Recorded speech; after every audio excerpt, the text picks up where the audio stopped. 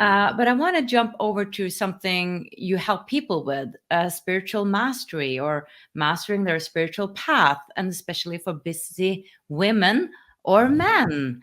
So I'm curious if you could give us some tips on how to master a spiritual path when we have so much to do.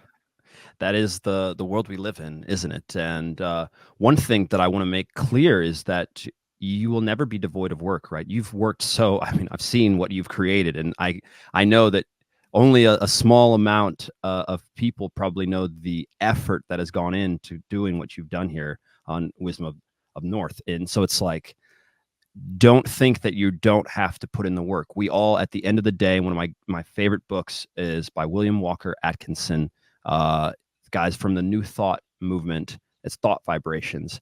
And what he says, essentially, just to make it short, is that you have everything that you need within you to achieve what it is. You don't have to have a lucid dream. You don't have to have an OBE, but you do have to want to do it. And then you do have to take the step.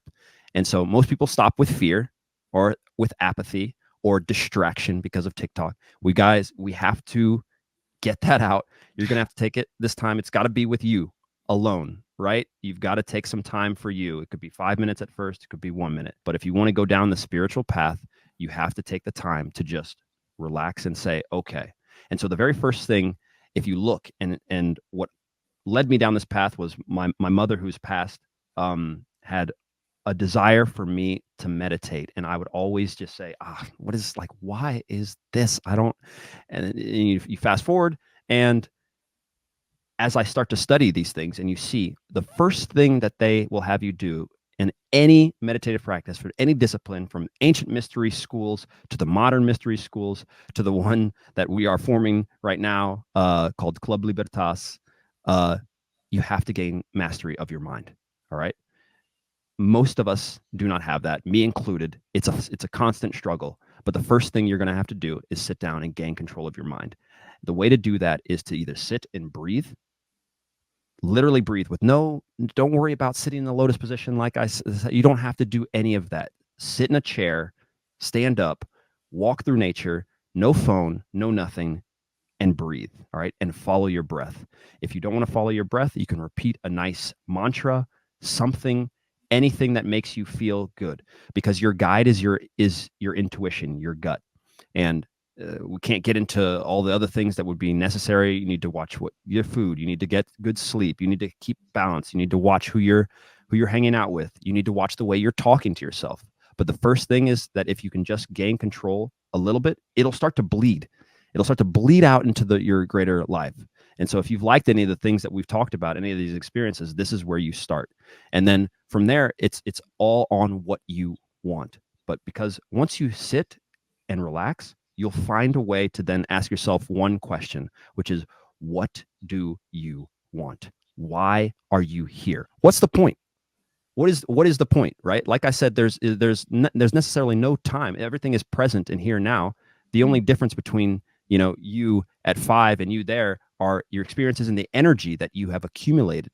And so if you want something in your world and in your life, you have to concentrate your forces, and you do that by figuring out what you want. And so that's the very first part. Gain control of your mind, ask what you want, and then you have to start taking steps in dealing with fear, if you have it, towards moving to get exactly what you want. And those are the first 3 initial basic steps that you can start right now. So if you're watching this video, please start now. Don't say, that was great, I love what Yannicka and Will just said, I'll do that tomorrow after I watch this other video. Start now, because there's no other time. Not a small task to silence the mind. The monkey mind, my oh my, it's like a show in my head. Still, I gotta say. But you're a testament to this working. I mean, you have taught yourself 9 languages, it is now, through meditation.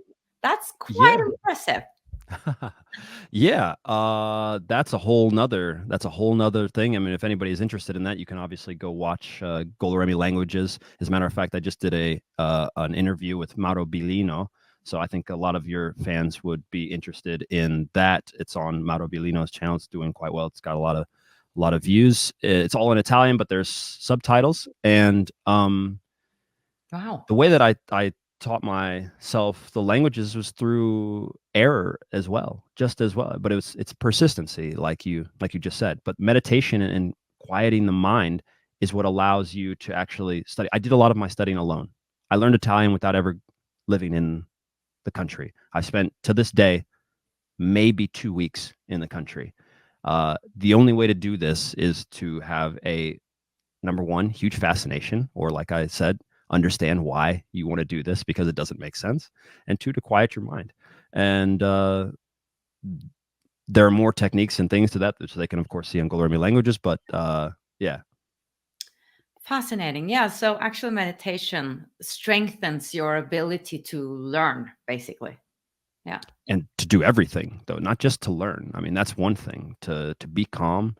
It's a muscle. It's a muscle. And that's why I've taken my path, and the way that I teach comes from the discipline of an athlete. To become a professional athlete, you have to have discipline. If you want to gain control of the monkey mind, like you said, guys, you have to, as much as you go to the gym, or as much as you do anything that you love in your life, you have to love and want to gain control. The problem, I think, Yannicka, is that people don't understand the benefits truly, because the screen is so nice, and if I can just press the like and scroll up one more, that's great. And it's just it's easy. But the benefits of having a calm mind are unbelievable. I think it is a feeling of we're bored, or this dullness, and something needs to happen. And the more we're doing it, the more we need it to happen. So it's sort of the opposite of meditation. So there's these two forces within us now, and it's just getting stronger and stronger. And I think we can concentrate less than we used to. Oh, that's without a doubt. I actually have had plenty of discussions with researchers on this subject on our podcast. There's no doubting it. We do not understand how much we are losing our ability to concentrate. It's fantastic, and it's happening at a rate that is so devastating that I'm wondering what we're going to do in 20 years.